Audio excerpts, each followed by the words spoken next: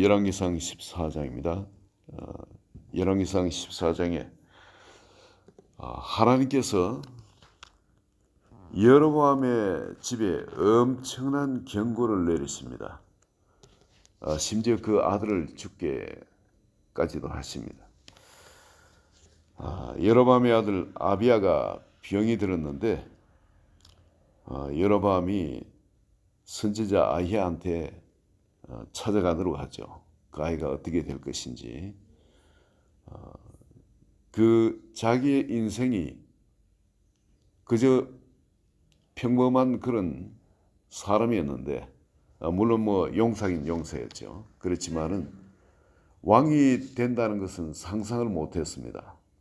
그런데 그 위대한 솔로몬 왕에게서 나라를 열지파를 빼앗아 가지고 하나님이 자기를 왕을 세운다. 이 상상도 할 수 없는 그런 이야기. 선지자가 자기한테 그 말을 했을 때 웬 미친 소리냐, 이런 생각이 들었을 겁니다. 이건 도무지 말도 안 되는 소리이기 때문에. 아니, 다윗 왕이 있고 솔로몬 왕이 있고 어떻게 그 왕국을 세운 것을 아는데, 또 사람들이 어떻게 이 왕국을 섬기고 사랑하는지 아는데, 열지파가 자기한테 자기를 추대해서 왕을 세운다? 나라에 인물이 없어서 그렇습니까? 왕자가 없어서 그렇습니까? 이건 도무지 말도 안 되는 얘기예요. 그런데 그 말대로 자기가 왕이 된 겁니다. 자기 인생은 자기가 계획하고 생각한 것 전혀 그것과 다르게끔 하나님이 계획해 놓으신 그 길이 있었던 겁니다. 그런데 자기 아들 아비야가 병이 들었는데 정말 죽을 것 같은 그런 병인 거예요. 나라에 이스라엘 열지파의 의원들이 얼마나 많았겠습니까? 아무리 좋은 의원을 써도 안 되는 겁니다. 그래서 너무 위중해서 이 아이를 데리고 생각을 해보니까 자기의 인생길을 환하게 알려주던 선지자 그 아히야를 찾아가면은 자기가 어떻게 이 아들에게 대처를 해야 될지 알겠다. 이 아이가 왕국을 차지하게 될지 아니면 또 다른 왕자에게 그것을 준비해야 될지, 이 면에서 마음속에 확실히 아히야한테 가서 물어야 되겠다. 이렇게 하고 그 왕비하고 아들 아비야를, 왕자죠, 아비야를 아히야한테 보냅니다. 그런데 그 당시 서로가 관계가 안 좋으니까, 양쪽 나라가 관계가 안 좋으니까 그 표시가 나면 안 되겠죠. 왕비의 표시를 내면은. 그리고 또한 이 선지자 아히야한테도 벼룩도 낯짝이 있지, 자기에게 그런 일을 예언해주고 알게 해줬던 선지자한테 아무 그것도 없이 그냥 가긴, 또 지금까지 아무 그것도 없었던 겁니다. 그런데 또 가기 또 미안하고, 그리고 변장을 하고 가서 어떻게 될지를 알아보라는, 다른 사람인 체하고 말이죠. 그리고 갔는데 하나님이 그것을 보고 미리 아히한테 알려줍니다. 그 여로보암의 아들이 그 아내하고 같이 너를 찾아올 것인데, 근데 그 사람들에게 경고를 해라. 이러이러한 일이 일어날 거다. 이 아이는 집에 문지방을 밟을 때 죽을 것이고, 그 날은 내가 너희 집안에 모든 사람들 다 썰어버릴 거고, 너한테 붙어서 간신질을 하던 모든 남자도 다 다 죽여버리겠다. 성 안에서 먹어도 개가 먹고, 성 밖에서 먹어도 들짐승들이 먹는 그런, 공중의 새가 먹는 그런 일이 일어날 거라고. 그리고 이스라엘도 하나님께서 버리시겠다. 근데 하나님은 여기서 많이 섭섭하셨던 거예요. 정말 무시무시한 말씀을, 경고를 이렇게 하시지 않습니까?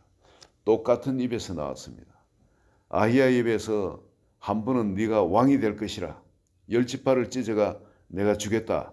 하나님께서 그 아히야 입을 통해서 그렇게 예언한 대로 도무지 불가능한 일이, 그 일이 나왔던 거예요.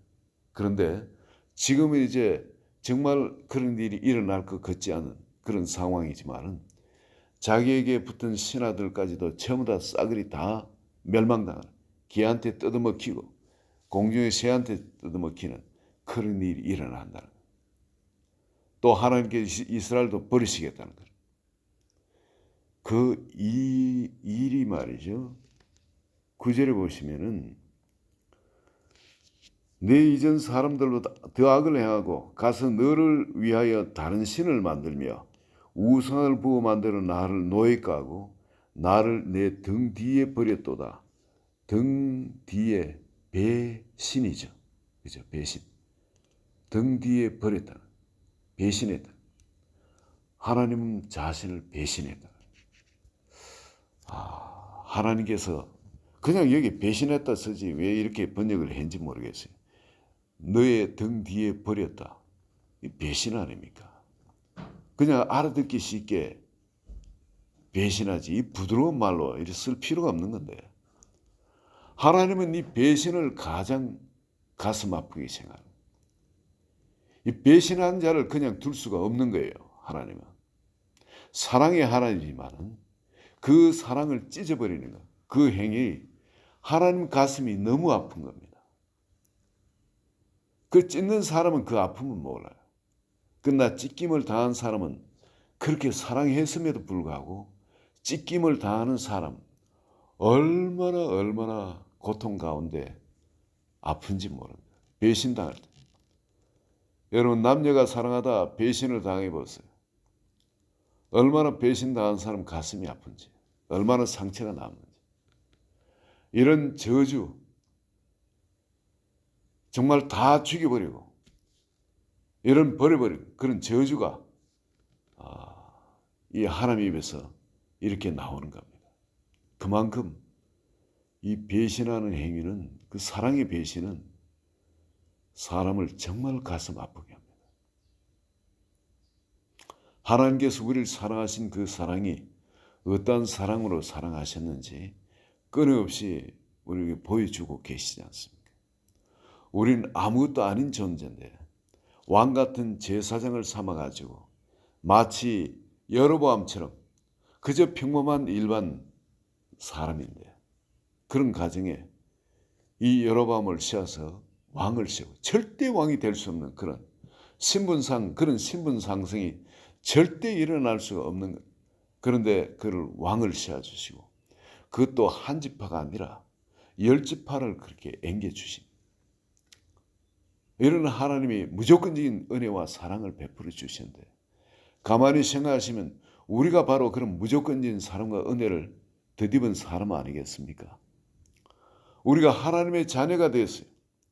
죄인으로서 영원히 지옥불에 들어갔어야 되는데 앞으로 그렇게 들어갈 건데 세상 살면서도 하나님 주신 평강은 절대 누리지도 못하고 여러분 끊임없는 갈등과 고민과 미움과 시기, 두려움과 염려, 근심, 걱정 이런 것에 우리 마음은 항상 편할 날이 없어. 아무리 외적으로 우리가 뭐 주신 거 있다 할지라도 이 우리 마음은 지옥인 겁니다. 그렇게 살아갈 건데 그렇지 아니하고 하나님께서 우리에게 하나님 나라 가운데 살아갈 수 있도록 이 세상 살면서도 하나님 나라를 살 수 있도록 하나님께서 자기의 왕자 삼아 주신 겁니다. 하나님 나라를 상속시켜 주신 것입니다.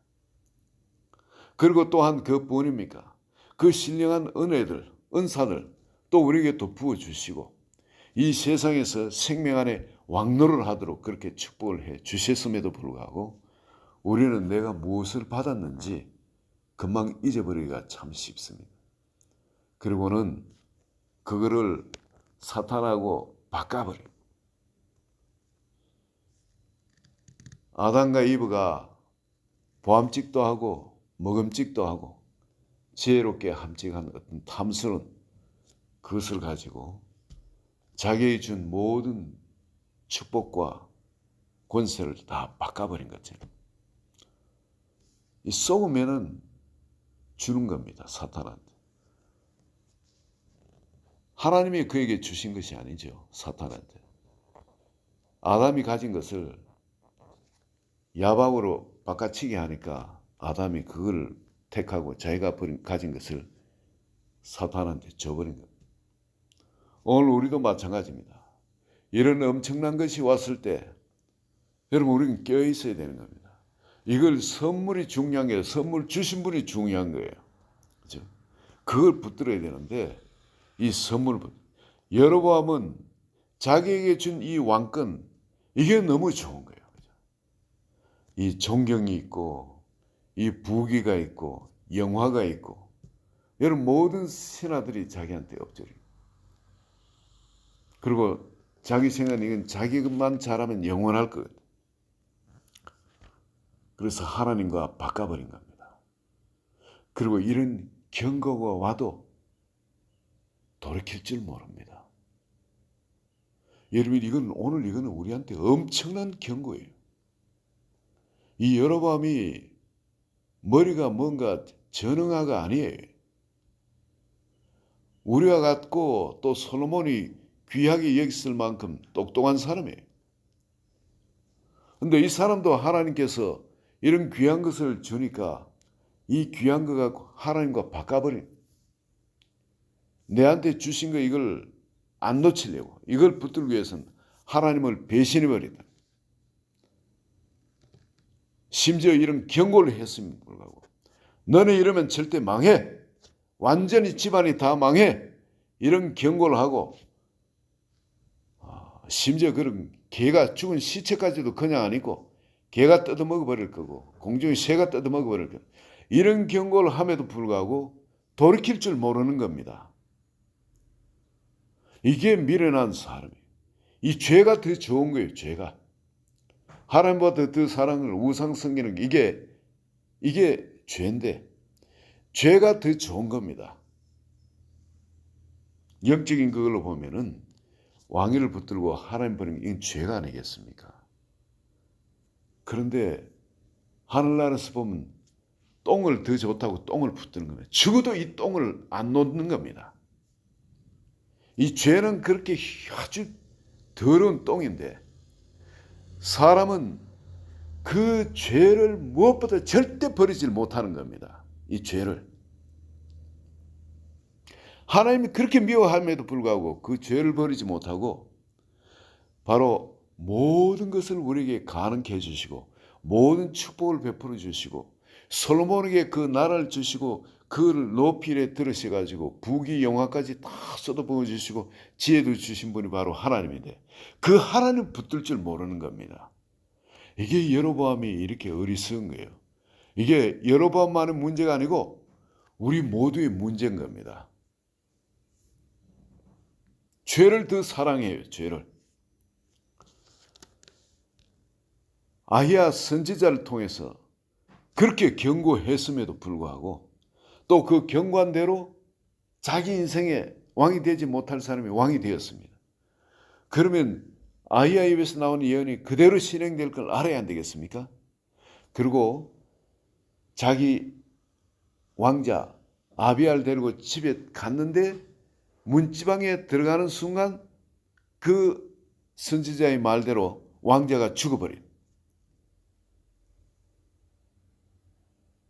말 그대로 그게 일어남에도 불구하고 그래도 돌이키지를 못하는 겁니다. 그 선지자는 아히야 선지자는 나이가 많아가 눈이 어두워 보지를 못해요. 장님이 돼가 있습니다.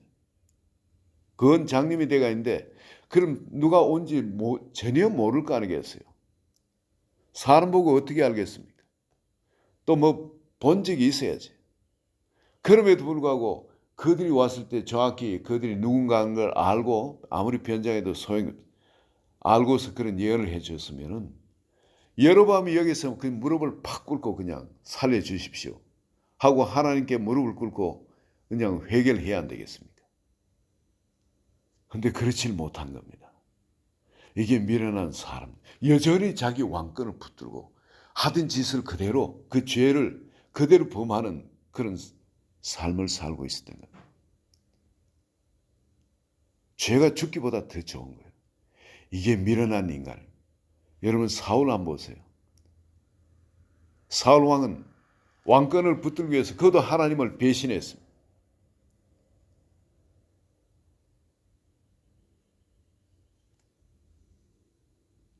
다윗도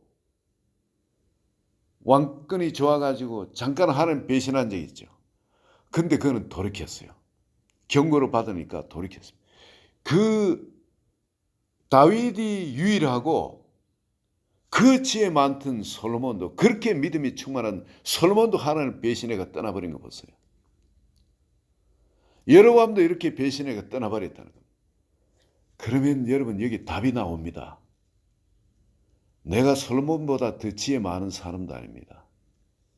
솔로몬처럼 일천번제를 드리고 그 성전을 짓는데 가장 귀한 돌을 뜬다고 사람들을, 여러분 그렇게 18만 명, 18만 3,300명씩 이렇게 동원해가지고 그렇게 귀한 돌을 뜨고 하는데 온 정력을 쏟던 그런 성전의 기초돌을 놓는데 말이죠. 그런 사람도 아닙니다. 그렇게 내 전전제를 투입해가지고 하나님을 섬겨오던 그런 사람도 하나님을 배신해버립니다. 죄가 더 좋다고 죄를 붙들고 사는 거예요. 이게 우리 인간의 연약함을 성경은 밝히 말씀하고 계십니다. 그렇다면 여러분, 우리가 다윗이 그랬듯이 솔로몬이 그랬듯이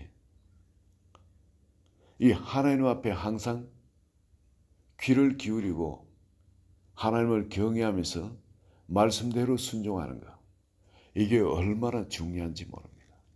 매일매일 그 집을, 성전을 우리는 건축해 나가야 됩니다. 끊임없이 우리가 죽을 때까지. 섰다 하면 넘어질까 조심해라 그러죠. 우린 평생 여러분 하나님 앞에 내가 섰다고 이야기할 사람은 아무도 없습니다. 왜냐하면 섰다는 이야기 하는 순간 넘어져 있는 거예요. 하나님 붙들어 주기 때문에 우리가 서 있는 거지. 내가 서 있다고 계속 신앙생활 잘하고 있다고 해서 나는 이제 신앙생활 좀 괜찮아, 저 사람은 달라, 이래 말한 순간 이미 난 넘어지는 겁니다. 성령께서 나를 붙들어 주고 계시기 때문에 그 은혜로 인해서 내가 서 있을 수 있지. 여러분 우리가 사람들, 왕을 세워준 사람들 쭉 한번 보세요. 한 사람도 자기 힘으로 서 있을 수 있는 사람 아무도 없었어요. 나는 이제 신앙생활 나대로 할 수가 있어. 절대 하나님 배신하는 그 말도 안 되는 그런 소리 아니야. 그런데 여러분 다 쓰러져 버립니다. 다 하나님 배신하고 세상 하직합니다. 유일하게 다윗만 살아남았어요. 신약에 와서도 역시 마찬가지. 12제자도 마찬가지. 절대 나는 주님 배신하지 않겠나이다. 여러분 12제자 다 주님을 배신해버립니다. 절대 맹세까지 했던 베드로는 침을 뱉고 저주하면서 주님을 배신했어요. 우리는 하나님 앞에 그런 연약한 존재입니다. 그런데 그럼에도 불구하고 하나님께서 우리가 감당하지 못한 그 무게의 영광을 우리에게 주셨어요. 이미 왕 같은 제사장 우리를 삼아주시고 하나님의 자녀 삼아주셨습니다. 이거를 어떻게 우리가 쏟아버리지 않고 하나님께 나갈 것인가. 오늘 여러분 이 여로보암 왕을 통해서 우리 앞에 시온의 대로가 환하게 보이시기를 예수 그리스도의 이름으로 축원드립니다. 내가 아니고 주님이 나를 통해 사는 삶, 오늘도 말씀이 나의 전부가 되도록 하는 삶, 성령의 인도하심이 나를 강건할 수 있도록 나 자신을 성령께 온통 맡기는 그 삶, 그 삶이 여러분의 삶이 되시기를 예수 그리스도의 이름으로 축원드립니다. 하나님 아버지 감사합니다. 이 아침도 깨워주시고 여로보암 왕을 통해서 또 로보암 왕을 통해서 우리 나 자신의 어리석음을 보게 하시고 내가 내 힘으로는 도무지 신앙생활을 할 수 없는 이건 너무나 위험한 은혜를 우리에게 주시는 것을 이 아침 깨닫게 하심을 감사합니다. 주님이 주신 은혜가 너무나 크고 놀랍고 감사한 거지만은 주님 이 은혜를 우리가 우리 힘으로, 우리 지혜로, 우리 능력으로 감당하지 못하겠나요? 주의 성령께서 오늘 우리 마음을 주장하여 주소서. 예수님이 우리의 왕이 되는 마음자리, 주님이 우리를 통해 사는 삶이 되기를 원하고 우리 자신을 오늘 이 아침 산점을 올려드립니다. 역사해 주시옵소서. 받아주시옵소서. 예수님 이름으로 기도합니다. 아멘.